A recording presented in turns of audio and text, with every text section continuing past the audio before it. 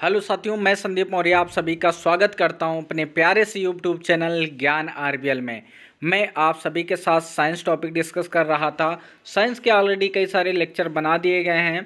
अगर अभी तक आप लोगों ने उन लेक्चरों को नहीं देखा है तो उसका लिंक डिस्क्रिप्शन में दिया हुआ है, आप वहां से जाकर के उन वीडियोज़ को देख सकते हो। अगर आप लोग हमारे व्हाट्सएप ग्रुप से ज्वाइन होना चाहते हैं तो उसका भी लिंक डिस्क्रिप्शन में दे दिया गया है, वहाँ से जाकर के आप लोग हमारे व्हाट्सएप ग्रुप को ज्वाइन कर सकते हैं, जिस पर आप लोगों को इस क्लास की पीडीएफ प्रोवाइड करवा दी जाएगी। साथियों, आज का जो हमारा टॉपिक है वो है एक समान चुंबकीय क्षेत्र में गतिमान आवेश। ध्यान दीजिएगा, एक समान चुंबकीय क्षेत्र में गतिमान आवेश पर बल।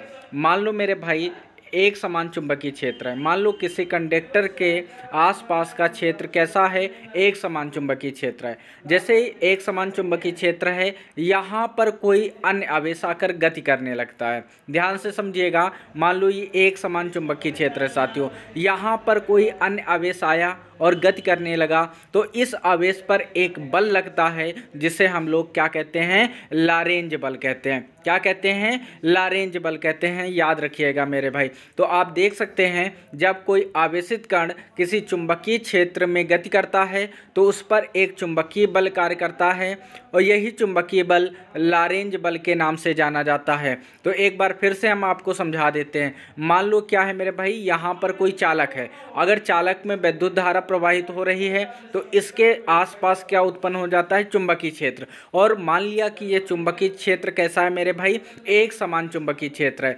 अगर एक समान चुंबकीय क्षेत्र है और एक समान चुंबकीय क्षेत्र में कोई दूसरा आवेश आकर के गति करने लगे तो इसका मतलब जैसे ही दूसरा आवेश इस चुंबकीय क्षेत्र में आएगा, इस पर एक बल का अनुभव होगा। वही बल साथियों किस बल के नाम से जाना जाएगा, लारेंज बल के नाम से जाना जाएगा। आई होप कि आपको लारेंज बल बिल्कुल समझ में आ गया होगा, जिसका मान होता है F बराबर Q V B sine theta होता है। तो लारेंज बल का जो फार्मूला होता है Q V B sine theta होता है, जहाँ पर क्यू क्या है, आवेश की मात्रा है, वी क्या है मेरे भाई, जिस वेग से वो गतिमान है, बी क्या है, चुंबकीय क्षेत्र है, साइन थीटा क्या है, यानी एंगल है। मेरे भाई ये चीज़ को आप लोगों को याद रखना है। अब स्थिति नंबर 1 की बात करते हैं, यानी यहाँ पर जैसे ही मेरे भाई क्या हो, यदि आवेशित कण पर लगने वाला बल जब थीटा का मान कितना हो, 90 डिग्री। इसका मतलब जब थीटा का मान कितने एंगल पर हो, थीटा का मान 90 डिग्री हो, तो उस पर जो आवेशित कण पर लगने वाले बल का मान होता है वो कितना होता है, ध्यान दीजिएगा मेरे भाई। तो यहाँ से आप लोग फार्मूला जानते ही, F बराबर Q V B sine theta होता है, और जहाँ पर थीटा है वहाँ पे 90 डिग्री और साइन 90 डिग्री का मान 1 होता है। तो इस तरीके से आपका जो आएगा फार्मूला वो आएगा F बराबर क्यू वी बी आ जाएगा मेरे भाई, जहाँ पर क्यू क्या है, आवेश की मात्रा, वी क्या है, जिस वेग से आवेश गतिमान है, वी क्या है, चुंबकीय क्षेत्र है मेरे भाई। तो इस स्थिति में आवेश पर अधिकतम बल कार्य करता है। तो यहाँ पर आपसे ये सवाल किया जा सकता है, किस स्थिति में आवेश पर अधिकतम बल कार्य करता है, तो 90 डिग्री में मेरे भाई। तो इतना आप लोगों को याद रखना है। अब यहीं पर केस नंबर 2 की बात करते हैं।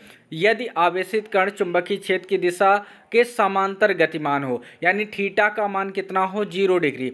समांतर का मतलब क्या होगा, थीटा का मान कितना होना चाहिए, 0 डिग्री है। साथियों आप सभी को पता है F बराबर Q V V sine theta होता है। थीटा का मान कितना रखना है, 0 डिग्री। तो जैसे ही साइन 0 डिग्री का मान रखेंगे तो इसकी वैल्यू कितना आ जाएगा, 0 आ जाएगा। यानी F का मान हमें कितना मिल गया, 0 मिल गया।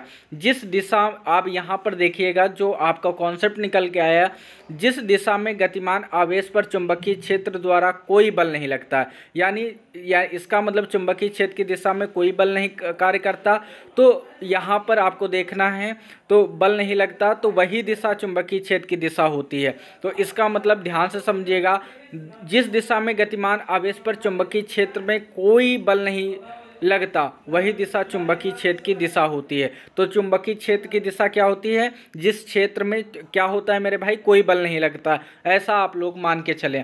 अब यहीं पर केस नंबर 3 की बात करते हैं। केस नंबर 3 में क्या है, यदि आवेशित कण गतिमान ना हो, यानी स्थिर हो, यानी वी वेग से ना चल रहा हो, केवल v का मान कितना हो, 0 ले लिया जाए। तो साथियों अगर v का मान हम लोग 0 लेंगे तो आप सभी को पता है f बराबर फार्मूला क्या होता है, QVB sin थीटा होता है।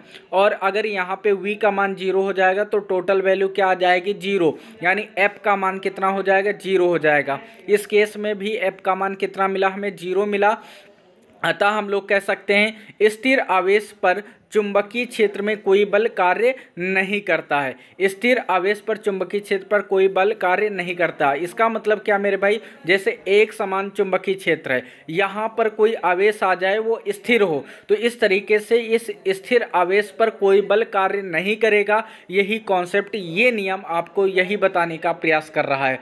आई होप कि आपको ये चीज़ बिल्कुल समझ में आ गई होगी मेरे भाई। अब यहीं पर बात करते हैं साइक्लोट्रॉन की। किसकी बात करते हैं मेरे भाई, साइक्लोट्रॉन की बात करते हैं। साइक्लोट्रॉन जो होता है धन आवेशित कणों, धन आवेशित कणों का मतलब क्या है, जैसे ये क्या होने चाहिए, प्लस चार्ज वाले होने चाहिए। जैसे प्रोटॉन की बात कर लेते हैं, न्यूट्रॉन की बात करते हैं, तो प्रोटॉन कैसा होता है, धनावेशित होता है, न्यूट्रॉन भी कैसा होता है, धनावेशित होता है।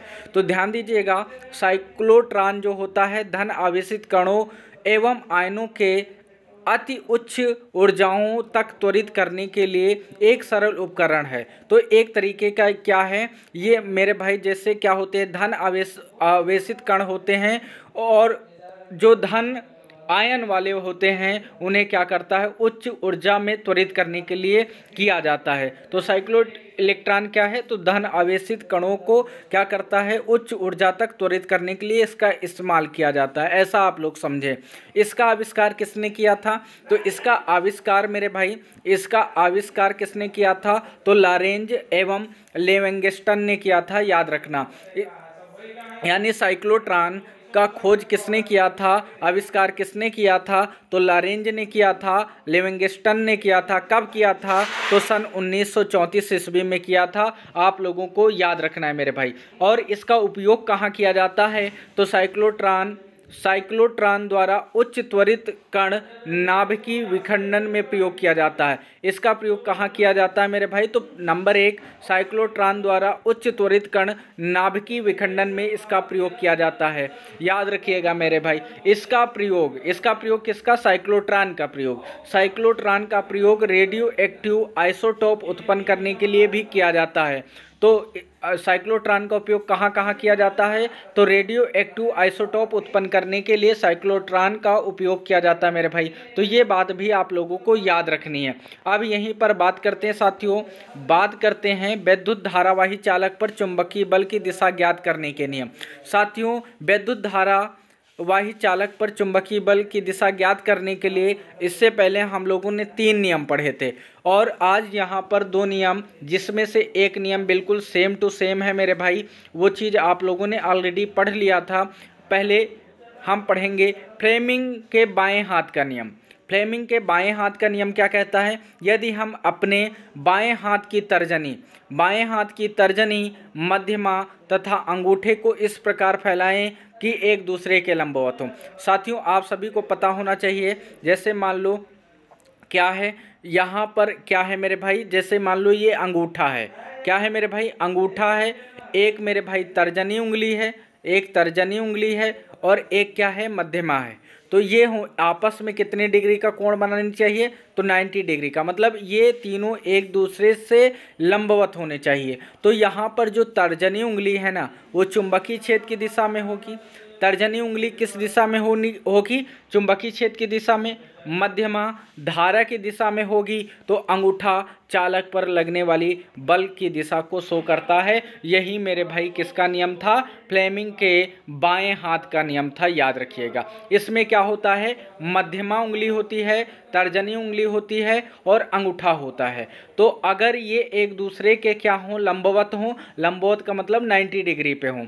अगर तर्जनी उंगली चुंबकीय क्षेत्र की दिशा में, मध्यमा धारा की दिशा में हो, तो अंगूठा चालक पर लगने वाली बल की दिशा को शो करता है। तो आई होप कि आप लोगों को ये नियम समझ में आ गया होगा। यहीं पर बात करते हैं दाएं हाथ के हथेली का नियम। किसकी बात करते हैं मेरे भाई? दाएं हाथ के हथेली का नियम। और इससे पहले हम लोगों ने ये नियम पढ़ भी लिया था, तो इस पर ज़्यादा देर बकवास ना करते हुए जल्दी से इसको ख़त्म करते हैं।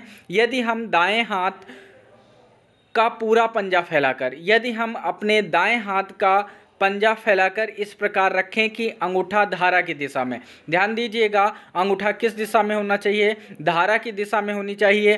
फैली हुई उंगलियां बाह्य चुंबकीय क्षेत्र की दिशा में हो तो चालक पर लगने वाला बल जो होगा हथेली के लंबवत होगा, लंबवत बाहर की ओर होगा। ध्यान दीजिएगा मेरे भाई, अगर हम लोग दाएं हाथ को इस प्रकार फैलाएं कि फैली हुई उंगलियां क्या होनी चाहिए मेरे भाई? चुंबकीय क्षेत्र की दिशा में हो, चुंबकीय क्षेत्र की दिशा में हो।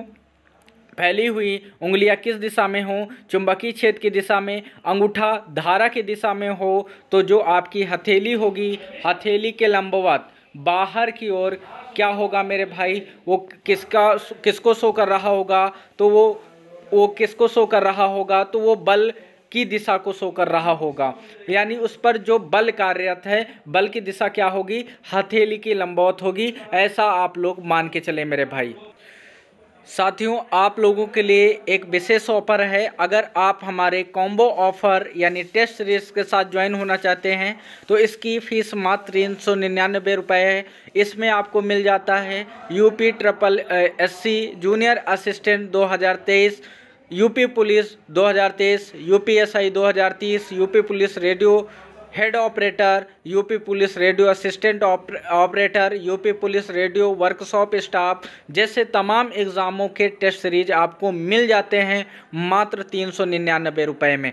तो साथियों, अगर आप लोग अभी तक हमारे ज्ञान आरबीएल ऐप को डाउनलोड नहीं किया है तो डाउनलोड कर सकते हैं मेरे भाई, उसका लिंक भी डिस्क्रिप्शन में दिया हुआ है। तो साथियों, मिलते हैं फिर कल किसी नेक्स्ट टॉपिक के साथ, क्योंकि आज जो ये टॉपिक है वैद्युत धारा का चुंबकीय प्रभाव बिल्कुल पूरी तरह से समाप्त हो चुका है। इसके न्यूमेरिकल बचे हुए हैं। अगर आप चाहते हैं न्यूमेरिकल भी आपको करवाए जाएं तो आप लोग एक कमेंट के द्वारा एक बार हमको ज़रूर बताइएगा, फिर हम आपको न्यूमेरिकल की क्लास भी करवा देंगे मेरे भाई। तो ओके, मिलते हैं फिर अगले दिन अगली क्लास के साथ। तब तक के लिए जय हिंद, जय भारत।